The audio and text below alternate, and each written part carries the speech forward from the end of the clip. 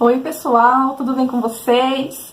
Hoje é o vídeo de número 3 e eu tô muito feliz de estar aqui com vocês mais uma vez para mais um vídeo da minha série Pérolas da Pamela, tá? Um pedacinho da minha vida para vocês. E hoje a gente vai falar sobre agressão verbal e suas consequências, tá? Todo mundo, eu acredito que na vida, algum dia já sofreu algum tipo de agressão verbal, né? Alguém que te xingou, alguém que sofreu por conta de bullying, um apelido que não gostava na escola, enfim. A agressão verbal, gente, é algo que é tão comum, é que muitas pessoas interpretam como ser normal, né? E não é normal. Pode ser comum, pode acontecer demais, mas eu te garanto que não é normal, né? E se você, como eu, né? Não sei se você teve a oportunidade de assistir os meus vídeos anteriores, se você não viu, procure ver. Procure assistir o vídeo onde eu conto o acidente da minha mãe. Procure assistir o último vídeo onde eu falo sobre alcoolismo e agressão física, tá? Pra vocês começarem a entender como que a minha mente foi se moldando e como que era o ambiente onde eu cresci pra eu me tornar a pessoa que eu me tornei, e eu tive que praticamente me desconstruir e me construir de novo. Com certeza sozinha eu não ia conseguir fazer isso, né? Então hoje a gente vai falar sobre agressão verbal e suas consequências, tá? Eu sempre fui uma criança que eu fui muito arteira, eu sempre fui muito moleca, muito rueira desde criança, né? E eu sim fugia da realidade de dentro da minha casa, do portão pra fora, era tudo mil maravilhas, era o céu, e do portão pra dentro era sempre medo, era sempre insegurança, era sempre receio de brigas, de surras. Então, era muito feliz a minha vida do portão pra fora de casa. Eu era muito rueira mesmo, eu era dona da brincadeira, eu era quem inventava as artes da rua, eu era a menina moleca que pulava muro de casa, que subia em árvore, e eu era assim, eu crescia dessa forma, né? Eu era muito terrível, tá? Mas aproveitei ao máximo minha infância em tudo em que eu pude aproveitar. Eu fiz questão de aproveitar mesmo, tá? E aí, que a dificuldade em tudo isso era das pessoas me levarem a sério, né? E principalmente dentro de casa. Dentro de casa, a briga era pra me fazer alguma coisa, né? E eu também sempre tive muita dificuldade na escola. Eu sempre tive muita dificuldade no aprendizado. Eu sempre achei que as minhas dificuldades em aprendizado era por conta das turbulências que eu sofria dentro de casa, né? Das brigas, das agressões, da minha insatisfação, da minha infelicidade. Eu sempre achei que fosse por conta disso, né? Talvez dentro de casa as pessoas, os meus familiares achassem que eu não ia bem na escola porque eu era uma criança mais devagar, que eu era mais lerda, ou que eu não era, sei lá, de repente inteligente o suficiente, né? Eu não sei qual era a crença deles, mas a minha sempre foi essa, né? Que por conta das coisas que eu sofria, eu não conseguia ir bem na escola. Eu precisei ter a minha filha para eu ver que não. Né? Minha filha também, gente. Olha, se eu não ficar ali no pezinho dela, fazer lição de casa, e forçar a ler, e forçar a entender o probleminha, a bichinha não vai pra frente. Então minha conclusão foi que faltou alguém para pegar no pé da forma correta, né? De ter a paciência, de ensinar com amor, né? Eu tinha minha mãe e a minha tia, que na medida do possível, ela me ajudava, né? Ela sempre me ajudou no que pôde, no que ela entende de escola e de lição de casa. Ela sempre tentou me ajudar da forma dela. Nem sempre foi o suficiente, mas ela sempre fez o melhor dela por mim. Mas mesmo assim, eu acho que eu precisava de um pouquinho mais, sabe? Talvez, não sei, é tão difícil falar, porque nessa história não existe culpados, né? É todo mundo vítima da falta de conhecimento, ou do que acha que é certo, que no fim não estava tão certo assim, mas enfim. Eu sempre me achei uma pessoa muito burra, porque eu nunca conseguia acompanhar na escola. Eu não conseguia terminar de copiar o que a professora escrevia na lousa, e por conta disso eu nunca tinha todas as lições, né, escritas no caderno. Então às vezes eu não conseguia estudar o suficiente para a prova, e às vezes eu nem fazia. Eu era uma pessoa totalmente avoada, né, que qualquer coisa tirava a minha atenção. Eu não lembro de um ano da escola em que houvesse recuperação que eu não estava junto. Então, na minha sala, eu era a última a acompanhar, mas na sala de reforço eu era a primeira da classe. Eu era a melhor aluna, eu era a que desenvolvia, eu era a que fazia as coisas certinho. Era uma coisa que não dava para entender. Ao mesmo tempo era um desinteresse, ao mesmo tempo eu tinha uma dificuldade, e ninguém me acompanhou nisso, né? Eu achava que simplesmente era frescura, porque eu sabia fazer, mas eu não conseguia acompanhar, então eu não queria. Eu acho que essa é a lógica que entrou ali, né? Eu sempre tive muita dificuldade em matemática. É uma coisa que não entra na minha cabeça até hoje. Tudo bem que não tem mais desculpa para não saber. Hoje a informação tá na nossa frente, né? Tá na palma da nossa mão. Se a gente pesquisar lá no tio Google, a gente acaba encontrando resposta para um monte de coisa. Vai pesquisar no YouTube, né? Como que faz conta de multiplicação e de divisão. Hoje em dia não tem mais desculpa para não saber. Mas na minha época, hoje eu sei que eu não sou burra coisa nenhuma, mas na minha época eu realmente achava que eu não era inteligente o suficiente. As coisas que aconteciam me faziam acreditar nisso, né? A minha mãe era sempre a última que ficava na reunião de pais para minha professora falar alguma coisa. Eu lembro que na primeira série, no final do ano, eu não tinha conteúdo suficiente para ela me aprovar. Porque quando eu comecei a estudar, gente, ainda reprovava se não fosse bem na escola. Não é essa patifaria que é hoje que vai passando todo mundo, né? E eu sempre me achei muito burra. Eu lembro que na primeira série, eu tava em novembro, de novembro para dezembro, tava todo mundo já entrando em férias, e a minha professora de português me convidou, minha professora do ano, me convidou para ir na casa dela para preencher lições de uma apostila, porque eu não tinha conteúdo para ser passada. Vocês acreditam nisso? Na primeira série. E foram assim sucessivamente. Eu lembro que eu estava na terceira série e eu reprovei o segundo ano, passei o primeiro ano dessa forma. A segunda série eu reprovei.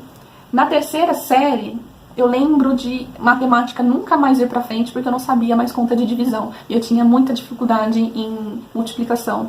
Mas aí já não tinha mais como eu ser reprovada, porque o sistema do governo, da escola do governo, já tinha mudado e aí já foi me empurrando, né? Na quinta série, que a gente começa a aprender o inglês, eu não tinha nem apostila, gente. A gente não tinha nem apostila, não tinha como comprar apostila. Nem a usada eu não tinha como ter na época. A gente sempre foi muito simples, enfim, eu não tinha apostila. Então sempre me achei muito burra, muito incapaz, muito mente fechada. Eu ia pra escola porque era uma obrigação e eu tinha que ir.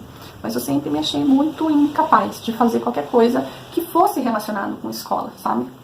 E em casa eu dava muito trabalho, porque como a minha alegria era estar no meio dos meus amigos, né? Minha alegria de ir pra escola era estar com a galera, né? Era estar com a turminha. Eu sempre fiz bons amigos, pessoas de respeito, pessoas que não são fãs de confusão, que não são intrigueiras, que não são briguentas, né? São amigos até hoje. Eu tenho amigos meus desde que eu tinha 7 anos de idade, 8 anos de idade, desde lá da primeira, segunda série. Eu tenho amigos até hoje, assim. Então são pessoas boas mesmo, de famílias boas mesmo, sabe? Sim, incrível. E desde aquela época eu não ia bem. E em casa eu dava muito trabalho, porque tudo que eu queria era estar fora de casa, né? Eu sempre dei muito trabalho pra arrumar uma cama, pra arrumar o meu quarto, pra lavar uma calcinha. Eu sempre dei muito trabalho pra qualquer coisa que dissesse respeito de dentro de casa, né? E a forma com que me era abordado era muito prejudicial, era muito ruim também, né? Porque isso era vagabundice, era gente que não prestava. Como assim não quer fazer dentro de casa? Gosta de comer, gosta de beber, mas não gosta de fazer nada dentro de casa? A forma com que me era estimulado era muito na obrigação e muito na porrada, né? Acorda, vagabunda! Pode ajudar uma casa! Pelo amor de Deus, só sabe dormir, só sabe comer! Era esses os tipos de estímulos que eu tinha pra levantar e ajudar, né? Vai lavar o banheiro, vai tirar um pó, mas nunca tava bom, sabe? A forma com que eu fazia era de mau grado? Era, porque eu já tava levantando no xingo pra fazer. Nunca foi me falado, olha, você precisa fazer, porque lá fora não vai ter quem faça. Quando você tiver sua casa, não vai ter quem faça por você. E por maior que eu fosse, né, devia ter já aí uns 11, 12, 13 anos nessa época, o estímulo era sempre muito ruim, porque eu dormia demais, ou eu gostava demais de estar na rua. E pessoas desocupadas, né, tinham sinônimos de ser vagabunda. Vagabunda é aquela pessoa que suga das outras, né? Que folga nas outras. E eu cresci acreditando que eu era uma pessoa assim, né? Uma inválida, que só gostava de ficar na rua e que estava dentro de casa sugando das pessoas ali dentro. Era essa percepção que eu tinha a meu respeito. E foi assim, gente, até uns 22 anos de idade. Da minha infância, da minha primeira infância, até uns 20, 22 anos de idade, eu acreditei que era uma pessoa que não tinha qualidade nenhuma. Que eu era burra e que eu era vagabunda, que eu não prestava pra nada, porque eu não gostava de fazer nada. Como que eu ia prestar pra alguma coisa? Eu era uma burra, porque eu nunca fui bem na escola, né? E eu era vagabunda, porque eu só gostava de estar na rua e de dormir. Mas ninguém viu o quanto que eu sofria com isso. Ninguém procurou saber o porquê que eu não conseguia acompanhar na escola, né? O porquê que eu não conseguia desenvolver. Porque eu era preguiçosa, porque eu era uma vagabunda.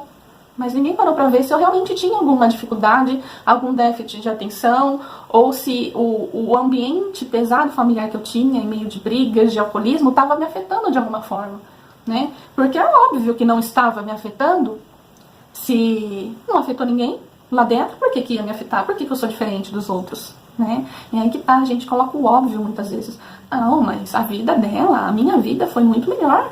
Se a gente colocar numa balança com os meus familiares que cresceram, que conviviam comigo, a minha vida foi muito melhor do que a deles. E às vezes é esse óbvio que nos impossibilita de ver as dificuldades do próximo. Porque a nossa vida não é igual a da de ninguém. A gente não pode basear as nossas experiências com a vida do outro, né? A tua força, a força que você tem é diferente da minha. Talvez a sua mente, o seu psicológico seja mais forte para suportar coisas que eu não suporto. Ou eu tenho um psicológico mais forte do que o seu. Talvez você seja muito mais sensível do que eu para algumas coisas. E é aí que eu vejo uma pequena falha, né? Algo que me fez crescer acreditando que eu era uma pessoa sem qualidade nenhuma. Porque eu tinha algumas dificuldades que ninguém soube identificar e ajudar. Mas eu não julgo, porque, de verdade, eu não sei qual que seria a minha reação se o mesmo tivesse acontecido comigo naquela época. Se eu tivesse crescido num ambiente com pai, com mãe, por pior que eles tenham sido, e eu cresci, sobrevivi, isso me fortaleceu, me blindou de alguma forma. E aí eu me pego na casa dos meus pais, e o meu irmão que tá voltando pra dentro de casa, ele casou, foi embora, e agora ele tá viúvo. Imagina você. Se coloca no lugar, né, dessas minhas tias, dos meus familiares. Pensa você, se tem um irmão ou uma irmã, tá? Se você não tem, faz de conta que tem. Imagina você na casa do seu pai, da sua mãe, morando com seus pais, e o seu irmão casou, foi embora. Aí depois de alguns anos, ele sofre um acidente de carro, fica viúvo e volta a morar com você, com seu pai e com a sua mãe. Foi isso que aconteceu comigo. Só que no que o seu irmão volta, ele traz a criança junto, que é o filho, é o seu sobrinho. E aí o seu sobrinho quer te chamar de mãe, né? Quer te chamar de pai, quer que você cuida dele, não seu irmão. Qual que é a tua reação? Como que você reagiria? Porque foi isso que aconteceu com os meus tios, com as minhas tias que moravam junto.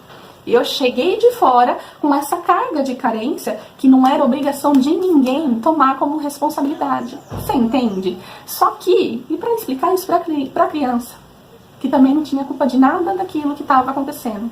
Então é muito mais fácil a gente pré-julgar o comportamento de outra pessoa baseado no seu próprio comportamento, esquecendo de que a gente é único e que a força, né, ela tem medida. Alguns são mais fortes, outros são mais fracos, né?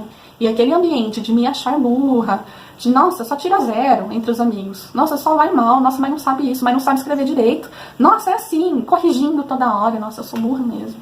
Ou então, sua rueira, sua vagabunda, não faz nada direito, vai lavar um banheiro, não tá bom, vai tirar um pó, não tá bom, vai ilustrar não sei o que, não tá bom, e não gosta de lavar uma louça, e não precisa nem voltar aqui se não fizer. Então sempre foi com muita agressão, aquilo que era pra ser com correção, vinha sempre junto com muita agressão.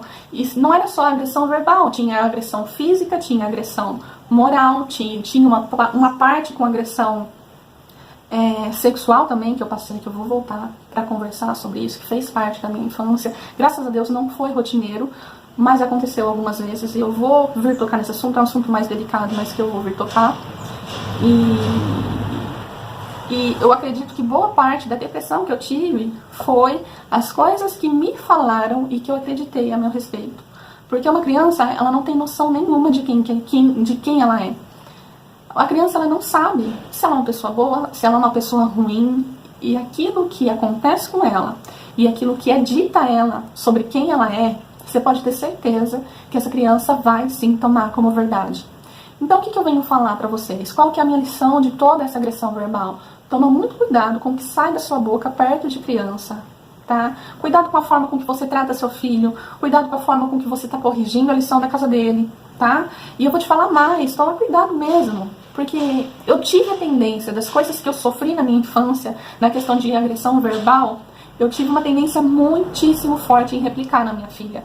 Se não fosse o coach, se não fosse a Fibra Cis com inteligência emocional, com método Cis na minha vida, eu tinha repetido o mesmo padrão. E eu teria feito com ela a mesma coisa que fizeram comigo. Por quê? Porque muitas das vezes a gente dá aquilo que a gente tem.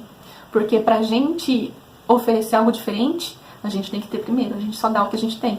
A gente não consegue oferecer aquilo que a gente não tem. toda aquela agressão verbal, tudo que eu pensava ao meu respeito me gerou uma crença muito forte de que eu era uma pessoa que não prestava e me gerou uma repulsa sobre mim mesma, falta de amor próprio. Eu simplesmente achava que eu não merecia, ninguém prestava, que eu não merecia ser feliz, que a vida era só aquilo lá mesmo e que eu era a pior pessoa do mundo. Aos 20 anos de idade, eu achava que eu não tinha nenhum tipo de qualidade, não conseguia ver nenhum tipo de qualidade em mim. Eu achava que eu era vagabunda, eu achava que eu era folgada, eu achava que eu não era capaz de cuidar de nada na minha vida. Tudo que eu começava eu não terminava, eu não tinha pique, eu não tinha ânimo de ir até o fim. Por quê? Eu não acreditava em mim mesma, eu não achava que eu fosse lá grande coisa. Eu não me achava bonita, eu não me achava feia, eu não me achava que prestava, eu me achava vagabunda. Vagabunda mesmo. Hoje em dia essa palavra é tão forte, remete a mulher que não presta, remete a um monte de coisa ruim. Mas naquela época era justamente o que eu achava, que eu não prestava pra nada, por conta das coisas que foram me dito, né? A forma com que me foi explicado.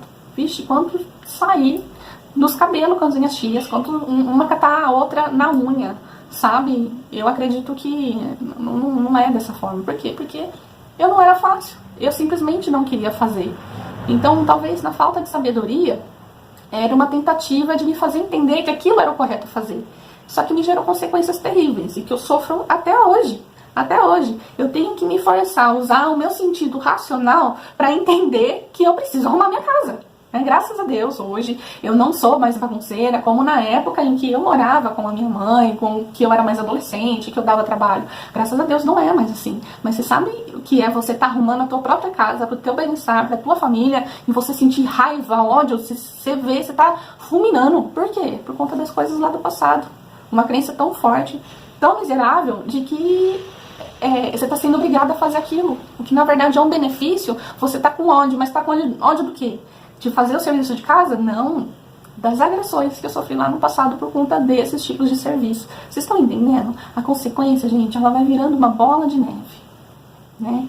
As agressões, elas constroem muralhas na nossa vida que depois, para ser destruída, eu sinto muito, você não vai conseguir sozinho, nem tente. Você vai precisar de muita ajuda, você vai precisar de muita terapia, muita psicologia, muita fé em Deus, tá? Vai ter que acreditar de verdade de que você é capaz de reaprender tudo de novo, a se amar, a quebrar aquelas palavras malditas, a criar crenças novas, a descobrir as suas qualidades. É tudo tão mais difícil depois de adulto. Foi uma das coisas com que eu mais sofri na minha vida. Mais do que a morte dos meus pais, somou com a agressão física que eu sofria, a verbal, ela somou com a agressão física que eu sofria para os meus traumas, né? E fora outras coisinhas que aconteceram também, tá? Mede as suas palavras. Eu tive uma tendência muito forte, muito grande de replicar as mesmas situações com a minha filha, né? Pra ajudar minha filha muito parecida comigo, muito parecida. Tô com uma fotinha aqui, tô diferente com uma gaveta, e eu tenho uma fotinha minha aqui, ó. Vou tentar mostrar pra vocês. Essa daqui sou eu, com 7, 8 anos de idade. Não vai dar pra ver direito, porque é uma foto muito antiga, não tem muita resolução. Mas quem conhece minha filha sabe que ela é a mesma pessoinha. Franjinha, loirinha. Olha lá, ó. Eu tô falando de coisas de quando eu tinha esse tamanho aqui.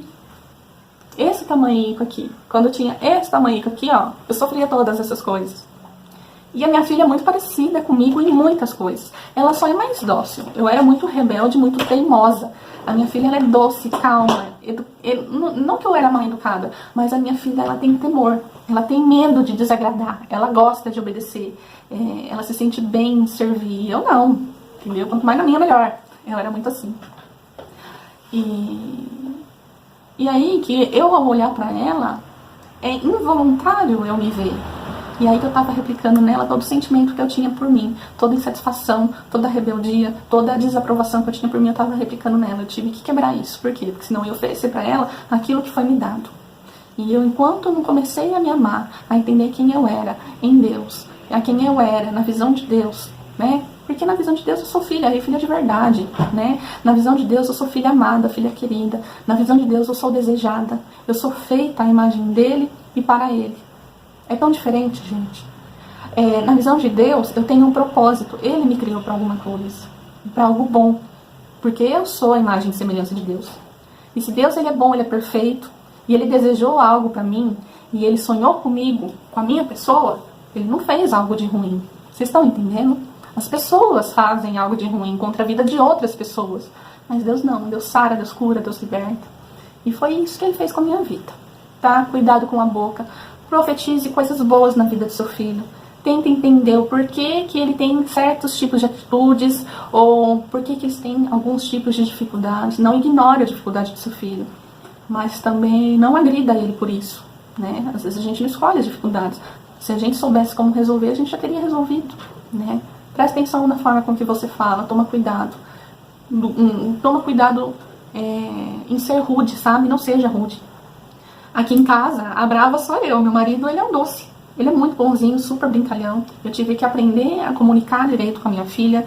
Eu costumo falar que eu perdi 4 anos da minha filha, ela tem 7. E os 4 primeiros aninhos dela, eu perdi totalmente, porque eu não sabia me comportar com ela. Só depois do 4º aninho pra frente, é que eu fui aprender a amar de verdade, a comunicar coisas positivas, a trazer ela pra perto de mim. Porque até 4 aninhos, gente, eu só replicava aquilo que foi me dado. E foi muito triste. Hoje não mais. Por isso que eu posso falar. Se você quiser saber mais a respeito disso, se você sofre com alguma coisa igual, entre em contato comigo, me pergunta o que você quiser, que eu não tenho problema nenhum em responder sobre essas questões, tá bom? Profetiza coisas boas, filha. Você tem essa dificuldade, mas você vai melhorar. A mãe era igual, a mãe era parecida, e a mãe conseguiu, você vai conseguir também. Minha filha, ela tinha muita dificuldade em segurar as coisas. Tudo ela derrubava, ela ia xingar. Pelo amor de Deus, essa mamãe tudo derruba. Presta atenção, falta de atenção, isso daí. Quanto obrigado, gente. Presta atenção, fala direito.